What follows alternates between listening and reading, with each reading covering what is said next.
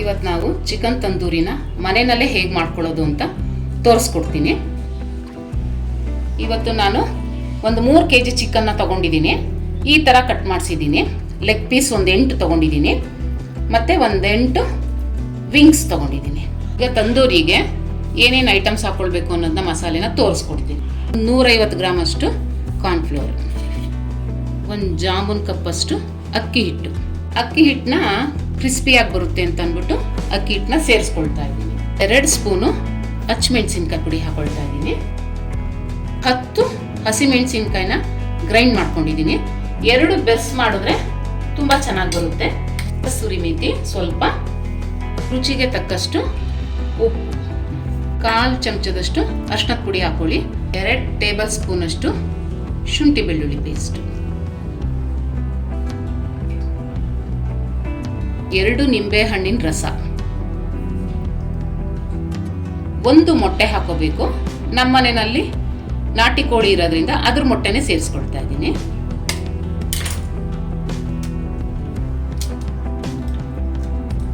ಮತ್ತೆ ಮೊಟ್ಟೆನ ಬೈಂಡಿಂಗ್ಗೋಸ್ಕರ ಉಪಯೋಗಿಸ್ತೀನಿ.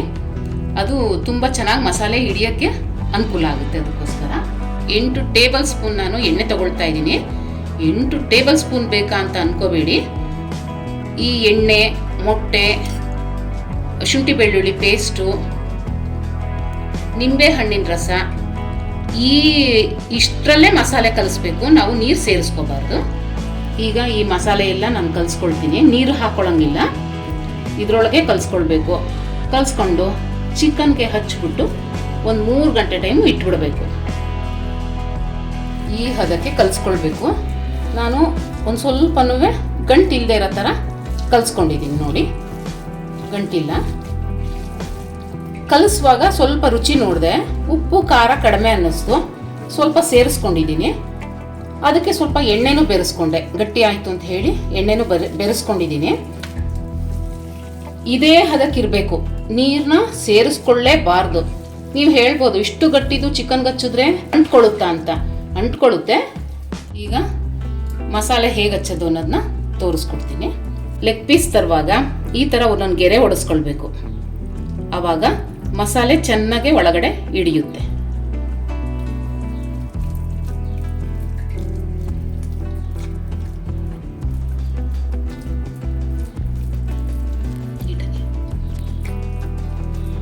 ಮತ್ತೆ ನೀಟಾಗಿ ಮಸಾಲೆ ಹಚ್ಕೊಳ್ಳಿ. ಇದಕ್ಕೆ ಸ್ವಲ್ಪ ಸ್ವಲ್ಪ ಹಾಕಿದ್ರೆ ಅದು ರಸ ಹಿಡಿಯಲ್ಲ, ಸ್ವಲ್ಪ ಜಾಸ್ತಿನೇ ಹಾಕಿ.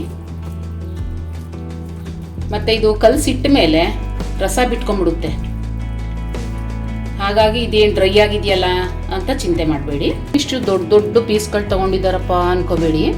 ಇದನ್ನ ನಾವು ಕೆಂಡದಲ್ಲಿ ಸುಡೋದ್ರಿಂದ ಶಿಂಕ್ ಆಗುತ್ತೆ. ಇದು ಪೀಸು ಇಷ್ಟು ದಪ್ಪ ಇರೋದಿಲ್ಲ. ಆವಾಗ ನೋಡಿ ಈ ಥರ ಹಚ್ಕೋಬೇಕು. ಎಲ್ಲದಕ್ಕೂ ಹಚ್ಚಿಬಿಟ್ಟು ತೋರಿಸ್ತೀನಿ. ಹಚ್ಚಿಟ್ಬಿಟ್ಟು ನಿಮಗೆ ಪುನಃ ತೋರಿಸ್ತೀನಿ. ಈಗ ಈ ಥರ ಚಿಕನ್ಗೆ ಮಸಾಲೆನ ಹಚ್ಚಿಟ್ಟಿದ್ದೀನಿ. ಚಿಕನ್ನು 3 hours ಮ್ಯಾರಿನೇಟ್ ಆಗಿದೆ. ಈಗ ಗ್ರಿಲ್ ಮೇಲೆ ಇಡೋಣ. ಗ್ರಿಲ್ ಚಿಕನ್ ಮಾಡುವಾಗ ಈ ಥರ ಸೌದೆನಲ್ಲಿ ಕೆಂಡ ಮಾಡಿಕೊಂಡು ಮೇಲೆ ಜೋಡಿಸ್ಕೋಬೇಕು. ಈ ಥರ ಚಿಕನ್ ತಂದೂರಿ, ಚಿಕನ್ ಟಿಕ್ಕಾ ಎಲ್ಲ ಮಾಡ್ಕೊಳ್ಳೋಕ್ಕೆ ನಾವು ಈ ಥರ ತೋಟದಲ್ಲೇ ಗ್ರಿಲ್ ರೆಡಿ ಮಾಡಿ ಇಟ್ಕೊಂಡಿದ್ದೀವಿ.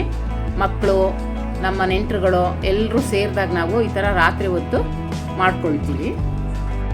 ಈ ಥರ 2 ಸೈಡು ಬೇಯಿಸ್ಕೋಬೇಕು.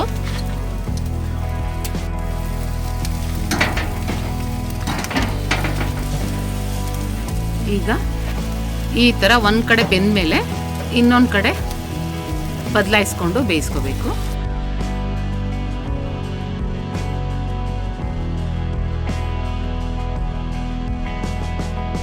ಈಗ ಬೆಂದಿದೆ, ಸರ್ವಿಂಗ್ ತಟ್ಟೆಗೆ ಹಾಕೊಳ್ಳೋಣ.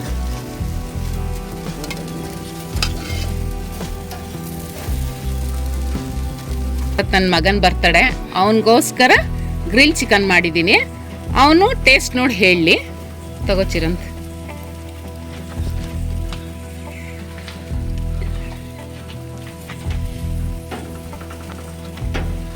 Thank you so much. ಬೆಂಗಳೂರಿಂದ ಬಂದಿದ್ದಕ್ಕೂ ಉಪಯೋಗ ಆಗಿದೆ. ತೋಟದಲ್ಲೇ ಕೆಂಡ ಹಾಕಿ ಮಾಡಿ ಕೊಡ್ತಾ ಇದ್ದಾರೆ ನಮ್ಮಮ್ಮ ಸ್ಪೆಷಲ್ಲಾಗಿ. ಸಕ್ಕತ್ತಾಗಿದೆ. ನಿಂಬೆಹಣ್ಣು ಹಾಕೊಂಡ್ರಂತೂ ಅಲ್ಟಿಮೇಟ್ ಸೂಪರ್ ಆಗಿದೆ. ಹುಳ ಬಂತು ಅಂತ ಬೇಜಾರು ಮಾಡ್ಕೋಬೇಡಿ, ನಾವು ಮಾಡ್ತಿರೋ ತೋಟದಲ್ಲಿ. ನೀವು ನಿಮ್ಮ ಮನೆಗಳಲ್ಲಿ ಮಾಡ್ಕೊಂಡು ತಿನ್ನೋಕೆ ಟ್ರೈ ಮಾಡಿ.